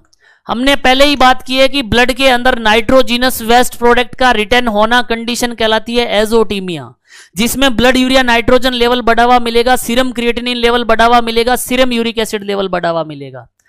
अगर ये एजोटीमिया वाली कंडीशन हो जाएगी, उस पर्सन के अंदर एनोरेक्सिया, नोजिया, वोमिटिंग देखने को मिलेगा। एनोरेक्सिया, नोजिया, वोमिटिंग तो देखने को मिलेगा, लेकिन जैसे जैसे यूरिया का लेवल बढ़ता है अमोनिया का फॉर्मेशन होने लग जाता है। और बॉडी के अंदर अपन बात करें तो अमोनिया हाईली टॉक्सिक गैस है, जो जाकर के ब्रेन के ऊपर इफेक्ट डालती है, और ब्रेन के ऊपर इफेक्ट डालेगी तो अपन कह सकते हैं लेवल ऑफ कॉन्शियसनेस, या एलओसी, लाइन ऑफ कंट्रोल नहीं, लेवल ऑफ कॉन्शियसनेस। जैसे जैसे नाइट्रोजिनस वेस्ट प्रोडक्ट बनते जाएंगे वैसे वैसे एनसेफेलोपैथी वाली कंडीशन कोज होगी, और लेवल ऑफ कॉन्शियसनेस उस पर्सन का क्या हो जाएगा? कम हो जाएगा। लेवल ऑफ कॉन्शियसनेस कम हो गया। साथ ही साथ अगर अपन बात करें उस पर्सन के अंदर जब प्लाज्मा प्रोटीन का लॉस हो रहा है, जब प्लाज्मा प्रोटीन का लॉस हो रहा है तो कुछ कॉम्प्लीमेंट्री प्रोटीन का भी लॉस होगा। कॉम्प्लीमेंट्री प्रोटीन वो प्रोटीन जो हमारा इम्यून बनाती है, जो हमारा डिफेंस बनाती है, अगर वो प्लाज्मा प्रोटीन भी बाहर निकलने लग जाएगी तो उस पर्सन का डिफेंस क्या होगा? कमजोर होगा। डिफेंस ज्यादा कमजोर होगा तो उसके अंदर इंक्रीज हो जाएंगे चांस ऑफ क्या? Infection. Chance of infection, infection के चांसेज क्या हो जाएंगे? बढ़ जाएंगे। इन्फेक्शन के चांसेस क्या हो जाएंगे, बढ़ जाएंगे। अब मैं अगर आपसे पूछूं कि कौन कौन से साइन एंड सिम्टम देखने को मिलेंगे नेफ्रोटिक सिंड्रोम वाले में, तो आप आंसर देंगे प्रोटीनयूरिया, हाइपोएल्बुमिनेमिया, इडिमा, हाइपरलिपिडीमिया। क्लासिकल फीचर है ये, तो आपके टिप्स पे होने ही चाहिए। इसके अलावा कुछ और डेवलप होंगे क्या? यस होंगे। ओलिग्यूरिया हो जाएगा, urine output 400 ml per day से कम हो जाएगा। ओलिग्यूरिया जब हो जाता है तो नाइट्रोजिनस वेस्ट प्रोडक्ट ब्लड में बढ़ने लग जाते हैं, सीरम क्रिएटिनिन लेवल बढ़ावा मिलेगा, सीरम यूरिक एसिड लेवल बढ़ावा मिलेगा, ब्लड यूरिया नाइट्रोजन लेवल बढ़ावा मिलेगा। नाइट्रोजिनस वेस्ट प्रोडक्ट के रिटर्न होने की वजह से एनोरेक्सिया, नोजिया, वॉमिटिंग और डिक्रीज लेवल ऑफ कॉन्शियसनेस। इसके साथ साथ कॉम्प्लीमेंट्री प्रोटीन के लॉस होने की वजह से डिफेंस कमजोर हो जाता है, इन्फेक्शन के चांसेस बढ़ जाते हैं। और अगर डैमेज बढ़ता ही जाए और एडवांस होती जाए डिजीज, और डिजीज एडवांस होने पर कुछ यहां से ब्लड सेल भी निकलने लग जाती है। अगर ब्लड सेल भी यहां से निकलने लग जाए तो कंडीशन कहलाएगी हीमेचूरिया, यानी कि advance condition of nephrotic syndrome के अंदर हीमेचूरिया भी देखने को मिल सकता है। यस और नो, बात समझ में आई या नहीं? आप कहेंगे आई, लेकिन दोस्तों अभी भी नेफ्रोटिक सिंड्रोम की कहानी खत्म नहीं हुई है। इसमें क्या होता है कि जैसे जैसे डैमेज होता जाता है, ये सारी प्लाज्मा प्रोटीन का तो लॉस होगा, लेकिन इन प्लाज्मा प्रोटीन के लॉस होने के साथ साथ दो और प्लाज्मा प्रोटीन होती है जिनका भी लॉस होगा। जैसे जैसे डैमेज बढ़ता जाता है, जैसे जैसे डैमेज बढ़ता जाता है, कुछ प्लाज्मा प्रोटीन और होती है जिनका यहां पर लॉस हमें देखने को मिलेगा, कुछ प्लाज्मा प्रोटीन और होती है जिनका अपने को यहां से लॉस आउट देखने को मिलेगा। एक प्लाज्मा प्रोटीन तो होती है जिसका नाम होता है ट्रांसफेरिन, एक प्लाज्मा प्रोटीन ऐसी होती है जिसका नाम होता है ट्रांसफेरिन। जैसे जैसे डिजीज बढ़ती जाएगी ये ट्रांसफेरिन का भी लॉस होने लग जाएगा। और एक और प्लाज्मा प्रोटीन होती है जिस प्लाज्मा प्रोटीन का नाम है एंटीथ्रोम्बिन 3, एंटीथ्रोम्बिन 3। ये दो प्लाज्मा प्रोटीन और लॉस होगा जैसे जैसे ये डिजीज बढ़ती जाएगी। इसको अगर अपन ना रोक पाए ये कंडीशन और घातक होती जाएगी। और दो प्लाज्मा प्रोटीन, एक है ट्रांसफेरिन और एक है एंटीथ्रोम्बिन 3। अगर हम बात करें कि ये ट्रांसफेरिन प्लाज्मा प्रोटीन क्या है, अगर हम बात करें कि ये ट्रांसफेरिन प्लाज्मा प्रोटीन क्या है, तो ट्रांसफेरिन प्लाज्मा प्रोटीन हमारे ब्लड में पाई जाने वाली एक ऐसी प्लाज्मा प्रोटीन है जो अपन डाइट के साथ यहां से आयरन कंज्यूम करते हैं, जो हम खाने के साथ यहां पर आयरन कंज्यूम करते हैं, उस आयरन को जीआईटी से निकाल करके ब्लड में लाने का काम करती है। जो हम आयरन खाने के साथ लेते हैं उस आयरन को जीआईटी से निकाल करके ब्लड के अंदर ले जाने का काम करती है ट्रांसफेरिन। यानी हम कह सकते हैं कि एक तो ये ट्रांसफेरिन प्रोटीन है, आयरन का एब्जॉर्प्शन करवाती है। आयरन का एब्जॉर्प्शन के बाद में हमारी बॉडी में आयरन को एक जगह से दूसरी जगह तक ले जाने का काम करती है, यानी कि आयरन का एब्जॉर्प्शन, आयरन का ट्रांसपोर्टेशन और आयरन को उसकी स्टोरेज फॉर्म या जिसको हम कहते हैं फेरेटिन फॉर्म, फेरस फॉर्म से फेरेटिन फॉर्म में कन्वर्ट करना और आयरन का स्टोरेज करवाने का काम करती है। यानी कि हम कह सकते हैं ट्रांसफेरिन प्लाज्मा प्रोटीन एक ऐसी प्लाज्मा प्रोटीन है जो कि कुछ हद तक आयरन का एब्जॉर्प्शन, आयरन का ट्रांसपोर्टेशन और आयरन का स्टोरेज ये काम करती है। अब अगर ये ट्रांसफेरिन प्लाज्मा प्रोटीन की कमी हो जाए, ये ट्रांसफेरिन प्लाज्मा प्रोटीन अगर ब्लड में ना हो, तो हम कह सकते हैं कुछ हद तक तो जो हम डाइट में आयरन लेंगे उसका एब्जॉर्प्शन रुक जाता है, उसका ट्रांसपोर्टेशन रुक जाता है और उसका स्टोरेज नहीं हो पाता है। और ऐसे में अगर आयरन की कमी हो जाए तो आयरन की कमी होने से एक कंडीशन डेवलप हो जाती है जिसको हम कहते हैं आयरन डेफिशिएंसी एनीमिया। आप मुझे बताएं, नेफ्रोटिक सिंड्रोम वाली कंडीशन को अगर समय पर ठीक ना किया जाए तो क्या ट्रांसफेरिन प्लाज्मा प्रोटीन का लॉस होने लग जाएगा? आंसर जाएगा यस, होने लग जाएगा। और अगर ट्रांसफेरिन प्लाज्मा प्रोटीन का लॉस होने लग जाए तो आयरन का एब्जॉर्प्शन, ट्रांसपोर्टेशन और स्टोरेज रुक जाएगा, यस रुक जाएगा। और अगर ये रुक जाएगा तो आयरन डेफिशिएंसी एनीमिया डेवलप हो जाएगा, यस हो जाएगा। क्लियर है? उसके बाद में देखिए नेक्स्ट अपन ने लिखा है एंटीथ्रोम्बिन 3। अगर हम बात करें कि एंटीथ्रोम्बिन 3 का क्या काम होता है, तो देखिए ये हमारी एक ब्लड वेसल्स है, ये हमारी एक ब्लड वेसल्स है।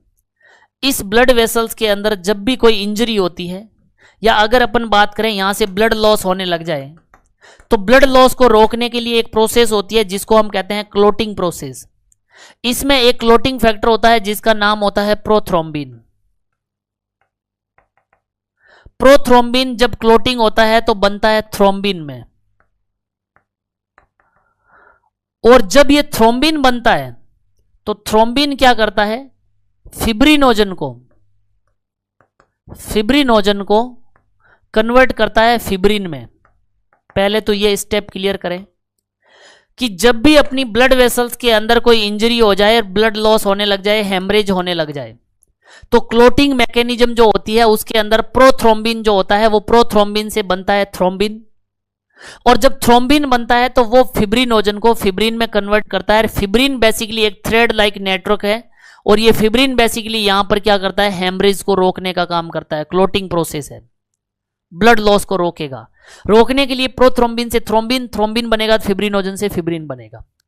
अब अगर अपन बात करें तो इस प्रोथ्रोम्बिन को थ्रोम्बिन में कन्वर्ट करने का तो काम करता है विटामिन के, और जब भी इंजरी हो जाती है तब ये प्रोथ्रोम्बिन को थ्रोम्बिन में कन्वर्ट करता है विटामिन के। लेकिन विटामिन के को ऐसा कैसे पता लगेगा कि कब थ्रोम्बिन बनाना है और कब थ्रोम्बिन नहीं बनाना है?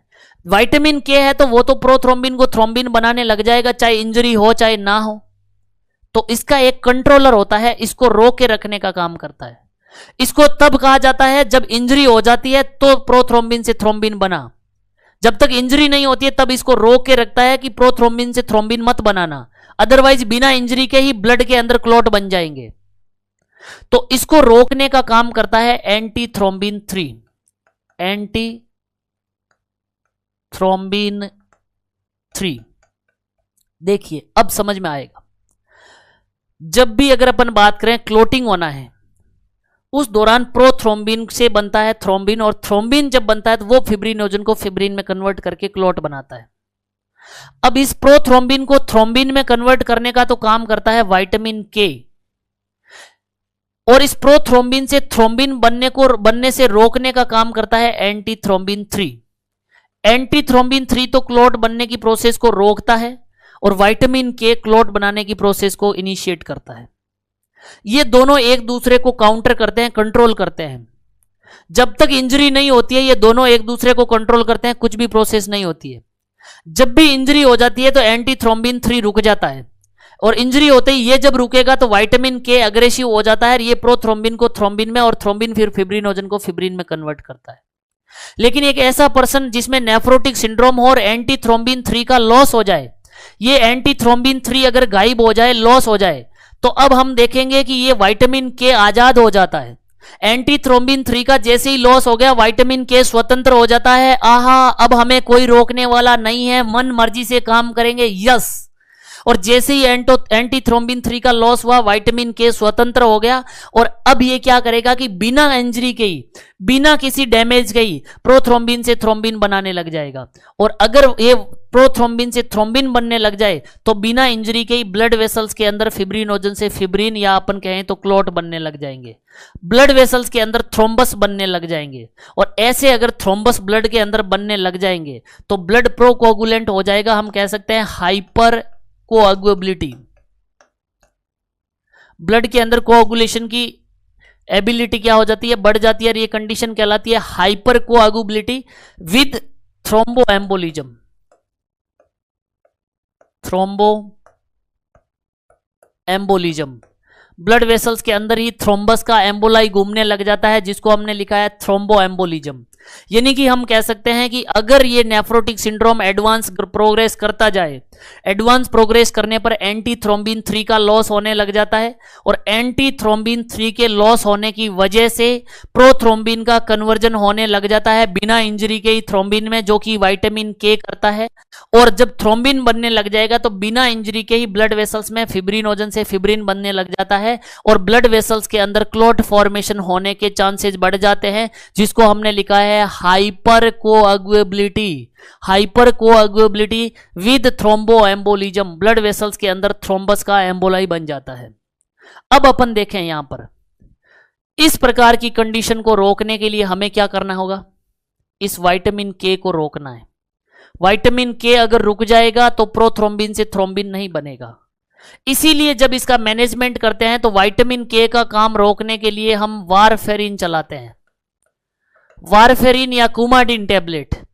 ये वारफेरिन या कुमाडिन टैबलेट जो है ये जाकर के इस विटामिन के की एक्टिविटी को रोकता है। और हमें करना क्या है, इसकी एक्टिविटी को ही रोकना है ताकि प्रोथ्रोम्बिन से थ्रोम्बिन ना बने, और थ्रोम्बिन नहीं बनेगा तो फिब्रिनोजन से फिब्रिन नहीं बनेगा। इसलिए जब भी इस नेफ्रोटिक सिंड्रोम के मैनेजमेंट में हम पढ़ें तो उसमें वारफेरिन टैबलेट चलाते हैं, और वारफेरिन इसलिए चलाते हैं ताकि प्रोथ्रोम्बिन से बिना इंजरी के थ्रोम्बिन ना बने, और थ्रोम्बिन नहीं बनेगा तो फिब्रिनोजन से फिब्रिन नहीं बनेगा, और बिना इंजरी के ब्लड वेसल्स में क्लॉट नहीं बनेंगे, थ्रोम्बोएम्बोलिज्म नहीं होगा। बात समझ में आई या नहीं? यस और no? That is all about pathophysiology of nephrotic syndrome. अब अगर अपन बात करें इस नेफ्रोटिक सिंड्रोम को वापस से समराइज करने की, तो हम नेफ्रोटिक सिंड्रोम पढ़ रहे हैं, इसमें देखिए डेफिनेशन लिखी है, it is a clinical syndrome. यह एक क्लिनिकल सिंड्रोम है जिसमें चेहरे पे अपने को दिखेंगे कि ये फीचर है, पीछे क्या राज छुपा हुआ है नहीं पता। 10,000 नेफ्रोटिक सिंड्रोम के पेशेंट पढ़ेंगे, आप देखेंगे तो उस हर पेशेंट की आगे पीछे इटियोलॉजी जो है वो अलग होगी, अलग अलग रीजन होंगे ग्लोमेरुलस में डैमेज होने का। तो यह एक चेहरा है, क्लिनिकल सिंड्रोम है, और सिंड्रोम का मतलब ग्रुप ऑफ सिम्टम, बहुत सारे सिम्टम का ग्रुप है। Occur due to diffuse glomerular damage, और ये किस वजह से डेवलप होता है? ग्लोमेरुलस में डैमेज होने की वजह से। और ग्लोमेरुलस में डैमेज होने पर क्या हो जाता है कि वहां से प्रोटीन का लॉस होने लग जाता है, कंडीशन कहलाती है प्रोटीन यूरिया। प्रोटीन लॉस होने से एल्ब्यूमिन ब्लड में कम हो जाती है, कंडीशन कहलाती है हाइपोएल्बुमिनेमिया। और हाइपोएल्बुमिनेमिया या प्रोटीन यूरिया होने से ऑनकोटिक प्रेशर कम हो जाता है, कंडीशन डेवलप हो जाती है इडीमा, जो कि जनरलाइज इडीमा होता है एनासार का, पेरी ऑर्बिटल फर्स्ट और पिटिंग टाइप का इडीमा होता है। उस कंडीशन को कंपनसेट करने के लिए क्या हो जाता है? तो हाइपर लिपिडीमिया, ब्लड के अंदर लिपिड का लेवल बढ़ जाता है। अगर अपन बात करें उसके बाद में कि ये तो क्लासिकल फीचर है, ये तो क्लासिकल फीचर है, ये जब भी प्रेजेंट हो कंडीशन कहलाती है नेफ्रोटिक सिंड्रोम। देखिए नेफ्रोटिक सिंड्रोम के अंदर क्या है, it is a clinical syndrome, group of symptom occur due to diffuse glomerular damage. ये क्लिनिकल सिंड्रोम है जो कि ग्लोमेरुलस के अंदर मैसिव इंजरी या डिफ्यूज डैमेज की वजह से डेवलप होता है। और इसके क्लासिकल फीचर जो आपके टिप्स पे होने चाहिए, प्रोटीन यूरिया, हाइपोएल्बुमिनेमिया, एडिमा और हाइपरलिपिडीमिया। इनके अलावा अगर अपन बात करें कि क्या कुछ और सिम्टम होंगे, आंसर जाएगा यस होंगे। कौन कौन से सिम्टम होंगे? तो आंसर देंगे कि उसमें ओलिगूरिया हो सकता है, इस वजह से blood urea nitrogen level, serum creatinine level और सीरम यूरिक एसिड लेवल, इस वजह से blood urea nitrogen level, serum uric acid और सीरम क्रिएटिनिन लेवल बढ़ जाता है। कंडीशन कहलाती है एजोटीमिया। हमें पता है नाइट्रोजिनस वेस्ट प्रोडक्ट का ब्लड में रिटर्न हो जाना एजोटीमिया कहलाता है। और एजोटीमिया वाली कंडीशन की वजह से, नाइट्रोजिनस वेस्ट प्रोडक्ट के रिटर्न होने से एनोरेक्सिया, नोजिया और वोमिटिंग देखने को मिलता है। एनोरेक्सिया, नोजिया, वोमिटिंग देखने को मिलेगा। साथ ही साथ नाइट्रोजिनस वेस्ट प्रोडक्ट के रिटर्न होने से उस पर्सन के अंदर डिक्रीज हो जाता है क्या? लेवल ऑफ कॉन्शियसनेस या एलओसी कम हो जाता है। उसके साथ साथ अगर डिजीज एडवांस होती जाए तो ब्लड सेल का भी लॉस होना शुरू हो जाता है यूरिन के साथ, और ब्लड सेल आना क्या कहलाती है? हीमेचूरिया। और साथ ही साथ अपन ने बात की थी कि कॉम्प्लीमेंट्री प्रोटीन का लॉस हो जाता है और वो अपना डिफेंस कमजोर हो जाता है। अगर कॉम्प्लीमेंट्री प्रोटीन का लॉस होगा तो हमारा डिफेंस कमजोर हो जाएगा, और हमारा डिफेंस कमजोर हो जाएगा तो हमारे इन्फेक्शन के चांसेस क्या हो जाएंगे? बढ़ जाएंगे। यानी कि इसके अंदर इन्फेक्शन के चांसेस भी क्या होंगे? ज्यादा देखने को मिलेंगे। अगर हम बात करें कि इसको डायग्नोस करना हो कि नेफ्रोटिक सिंड्रोम के डायग्नोस कैसे करें, तो हिस्ट्री और फिजिकल एग्जामिनेशन में हमें पता लग जाएगा कि कौन कौन से फीचर्स देखने को मिल रहे हैं। एडिमा देखने को मिलेगा। हम यूरिन एनालिसिस करेंगे तो यूरिन के अंदर हमें प्रोटीन देखने को मिलेगा, और प्रोटीन के साथ साथ लिपिड यूरिया भी देखने को मिलता है। यूरिन के साथ लेटर कंडीशन में लिपिड निकलने को लग जाते हैं तो जाग बनेंगे यूरिन के ऊपर, फ्रोथी यूरिन मिलेगा। उसके बाद में यूरिन की अगर अपन बात करें स्पेसिफिक ग्रेविटी बढ़ी हुई मिलेगी, क्योंकि कंसंट्रेटेड यूरिन होगा और साथ में उसमें प्रोटीन होगा, तो यूरिन की स्पेसिफिक ग्रेविटी बढ़ी हुई मिलेगी, फ्रोथी यूरिन मिलेगा। उसके बाद में हम आरएफटी करवा सकते हैं। आरएफटी के अंदर कुछ नहीं होता है, एक ब्लड सैंपल लेते हैं और ब्लड सैंपल लेने के बाद में सीरम यूरिया लेवल और serum creatinine level, serum urea sorry RFT करवाते हैं। आरएफटी के अंदर ब्लड सैंपल लेते हैं, ब्लड सैंपल लेकर के ब्लड के अंदर यूरिया और क्रिएटिनिन का लेवल देखते हैं। अगर यूरिया और क्रिएटिनिन का लेवल ब्लड के अंदर बढ़ा हुआ मिल रहा है, इसका मतलब उसकी किडनी प्रॉपर काम नहीं कर रही है। रीनल फंक्शन टेस्ट में, या इसी को हम कहते हैं KFT, kidney function test, RFT या केएफटी करते हैं, इसमें ब्लड सैंपल लेकर के ब्लड में यूरिया और क्रिएटिनिन का लेवल देखते हैं। यूरिया और क्रिएटिनिन का लेवल बढ़ा हुआ मिलना इस बात को इंडिकेट कर रहा है कि किडनी प्रॉपर वर्क नहीं कर रही है। उसके साथ ही साथ हम लिपिड प्रोफाइल कराएंगे। लिपिड प्रोफाइल करेंगे तो हाइपर लिपिडीमिया मिलेगा, यानी कि उसमें HDL, LDL, VLDL, chylomicron, free fatty acid बढ़े हुए मिलेंगे। क्योंकि हाइपर लिपिडीमिया हो रहा है तो लिपिड प्रोफाइल में हमें लिपिड बढ़ा हुआ मिलेगा। सीरम प्रोटीन लेवल चेक करेंगे तो सारे के सारे प्रोटीन का लेवल नॉर्मल से क्या मिलेगा, कम मिलेगा, क्योंकि उसमें प्रोटीन यूरिया है। तो ये अपन ने डायग्नोस्टिक प्रोसीजर की बात की है। अगर अपन बात करें मैनेजमेंट की, तो मैनेजमेंट में फर्स्ट हमने लिखा है मेडिकल मैनेजमेंट, और मेडिकल मैनेजमेंट के अंदर जो इंपॉर्टेंस देते हैं वो देते हैं कोर्टिकोस्टेरॉइड्स को। कोर्टिकोस्टेरॉइड्स देंगे तो वो इन्फ्लामेशन को कम करके प्रोटीन यूरिया को क्या करेगा, डिक्रीज करेगा, इन्फ्लामेशन कम करेगा, साथ ही साथ ये प्रोटीन यूरिया को क्या करेगा, कम करेगा, प्रोटीन लॉस को रोकेगा।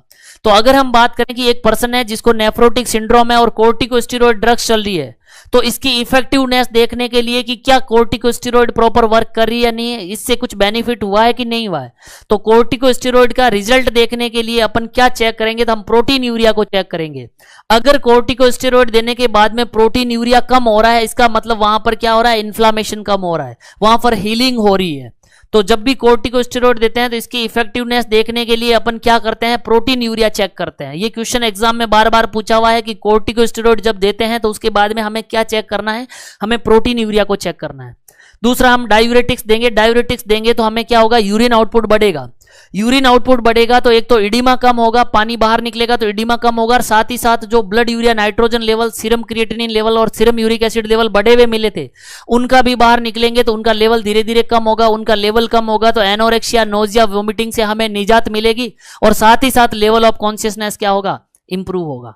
हाइपरलिपिडीमिया है तो lipid lowering agent like atorvastatin, lipid lowering agent like atorvastatin चलाएंगे ताकि लिपिड का लेवल जो बढ़ा हुआ है वो धीरे धीरे कम हो, तो हम लिपिड लोअरिंग एजेंट भी चलाएंगे। आईवी रूट से हम एल्ब्यूमिन या डेक्स्ट्रान, एल्ब्यूमिन या डेक्स्ट्रान काफी कॉस्टली आती है, इसकी बोतल 100 ml की होती है 20% कंसंट्रेशन के साथ, तो डायरेक्ट हम आईवी रूट से एल्ब्यूमिन या डेक्स्ट्रान चढ़ाएं ताकि वो जाकर के ओनकोटिक प्रेशर को बढ़ाए, और ओनकोटिक प्रेशर बढ़ेगी तो एडिमा ऑटोमेटिकली क्या हो जाएगा, सबसाइड हो जाएगा। तो corticosteroid, diuretics, lipid lowering agent, या फिर हम आईवी रूट से एल्ब्यूमिन या डेक्स्ट्रान चढ़ाते हैं। और साथ ही साथ उस पर्सन के अंदर हमें पता है हाइपर कोआगुलेबिलिटी विद थ्रोम्बोएम्बोलिज्म के चांसेस बढ़े हुए हैं, तो हम उसके लिए एंटी कोआगुलेंट वारफेरिन देते हैं ताकि ब्लड वेसल्स में क्लॉट फॉर्मेशन ना हो। हाइपर कोआगुलेबिलिटी को देखते हुए हम क्या चलाएंगे, एंटी कोआगुलेंट वारफेरिन या टैबलेट कुमाडीन चलाते हैं। क्लियर है। उसके बाद में अगर अपन बात करें मैनेजमेंट के अंदर, नेक्स्ट तो देखिए नर्सिंग मैनेजमेंट लिखा हुआ है। नर्सिंग मैनेजमेंट में हम वाइटल साइन चेक करेंगे, हम उसका इनटेक आउटपुट चार्ट मेंटेन करेंगे ताकि हमें पता लगे कि कितना फ्लूइड पर डे कलेक्ट हो रहा है, कितना उसका इनटेक है, कितना उसने यूरिन आउटपुट, कितना उसका आउटपुट है। उसका डेली वेट चेकअप करेंगे ताकि हमें फ्लूइड रिटेंशन की सीवियरिटी को पता लग रहा है। उसको अपन रेस्ट प्रोवाइड करेंगे ताकि उसकी बॉडी में कम से कम वेस्ट प्रोडक्ट बने और किडनी पे ज्यादा वर्कलोड ना बने। साइकोलॉजिकल सपोर्ट प्रोवाइड करेंगे। लेकिन इसके अंदर भी अगर अपन बात करें कि हमें फर्स्ट प्रायोरिटी किसको देनी है, तो हम फर्स्ट प्रायोरिटी इसके अंदर आईओ चार्टिंग को देंगे, और अगर आईओ चार्टिंग नहीं है तो हम डेली वेट चेकअप या वेट मेजरमेंट को प्रायोरिटी देंगे, क्योंकि हमें यहां पर क्या करना है, इडिमा को देखना है। और उसके साथ साथ इसमें मेटिकुलस स्किन केयर प्रोवाइड करते हैं, क्योंकि इडिमा हो रखा है तो वहां पर स्किन केयर प्रोवाइड करना भी जरूरी हो जाता है। उसके बाद में अगर अपन बात करें इसके अंदर डाइटरी मैनेजमेंट, तो देखिएगा डाइटरी मैनेजमेंट के अंदर उसके अंदर इडिमा हो रखा है, फ्लूइड रिटेंशन हो रहा है, तो फ्लूइड रिटेंशन है तो हम सोडियम या साल्ट कम देंगे, नमक कम देंगे, क्योंकि ज्यादा साल्ट देंगे तो फ्लूइड रिटेंशन और बढ़ाएगा। साल्ट कम देंगे, लो प्रोटीन देंगे। अब कुछ लोग सोच रहे होंगे सर ये प्रोटीन कम क्यों देंगे, क्योंकि प्रोटीन का तो उसमें लॉस है तो ज्यादा देना चाहिए, लेकिन ऐसा नहीं होता है। प्रोटीन लॉस है तो हम ज्यादा नहीं देंगे, क्योंकि अगर अपन ने प्रोटीन ज्यादा दिया तो प्रोटीन का जब ब्रेकडाउन होता है तो प्रोटीन के ब्रेकडाउन से urea, uric acid and creatinine बनता है। यानी अपन जितना ज्यादा प्रोटीन देंगे जितने उतने ही ज्यादा ये वेस्ट प्रोडक्ट बनेंगे, और जितने ज्यादा नाइट्रोजिनस वेस्ट प्रोडक्ट बनेंगे उनको बाहर निकालने के लिए किडनी के ऊपर उतना ही ज्यादा वर्कलोड बढ़ेगा, और जितना किडनी काम करेगी, घायल किडनी जितना काम करेगी उतना ही डैमेज बढ़ता जाएगा। इसलिए अपन किडनी को रेस्ट प्रोवाइड करना चाहते हैं तो प्रोटीन हम डाइट में कम देंगे। हमें जरूरत है तो हम readymade albumin direct IV route से दे दें, लेकिन डाइट से हमें प्रोटीन कम देना है, क्योंकि प्रोटीन के अंदर क्या होता है, नाइट्रोजन होता है कंपोजिशन में, तो इसके ब्रेकडाउन पर नाइट्रोजिनस वेस्ट प्रोडक्ट बढ़ेंगे और वो बढ़े तो किडनी पे वर्कलोड बढ़ेगा। इसलिए हम इसमें क्या करते हैं, प्रोटीन लो देते हैं और एक पर्सन को करीब पर डे 20 से 40 ग्राम प्रोटीन देते हैं। नॉर्मली जो देते होते हैं वो देते हैं 40 to 60 gram per day. Normal protein कितना देते हैं, 40 से 60 ग्राम पर डे एक पर्सन को देना चाहिए, लेकिन हमें कम देना है। कम देने के लिए अपन क्या करते हैं, 20 से 40 ग्राम प्रोटीन पर डे हमें देनी होती है। लो साल्ट लो प्रोटीन, फ्लूइड कम देंगे, ज्यादा फ्लूइड देंगे तो इडिमा बढ़ता जाएगा। तो इस चीज को प्रिवेंट करने के लिए पानी कम, प्रोटीन कम, साल्ट कम, कैलोरी हाई देंगे। हाई कैलोरी इसलिए देते हैं क्योंकि एक सेल का जो 100% एनर्जी रिक्वायरमेंट होता है, उस एनर्जी में से 60 से 70% एनर्जी मिलती है कार्बोहाइड्रेट से, 10 से 20% एनर्जी मिलती है फैट से या लिपिड से, और 7 से 15% एनर्जी हमें देनी होती है प्रोटीन से। ये एनर्जी रेशो है। 60 से 70% एनर्जी कार्बोहाइड्रेट से देनी होती है, 10 से 20% फैट से और 7 से 15% प्रोटीन से। तो अब मान लीजिए अपन ने प्रोटीन कम कर दिया है तो 5% ही दे पा रहे हैं प्रोटीन से, तो प्रोटीन की जो 10% डेफिशिएंसी हो रही है एनर्जी वाली, वो हम कार्बोहाइड्रेट को बढ़ा करके 70 से 80% कर दें ताकि एनर्जी उसकी फुलफिल हो जाए। तो जब भी हम प्रोटीन कम कर रहे हैं तो उसका एनर्जी रिप्लेसमेंट हम कार्बोहाइड्रेट के साथ करते हैं।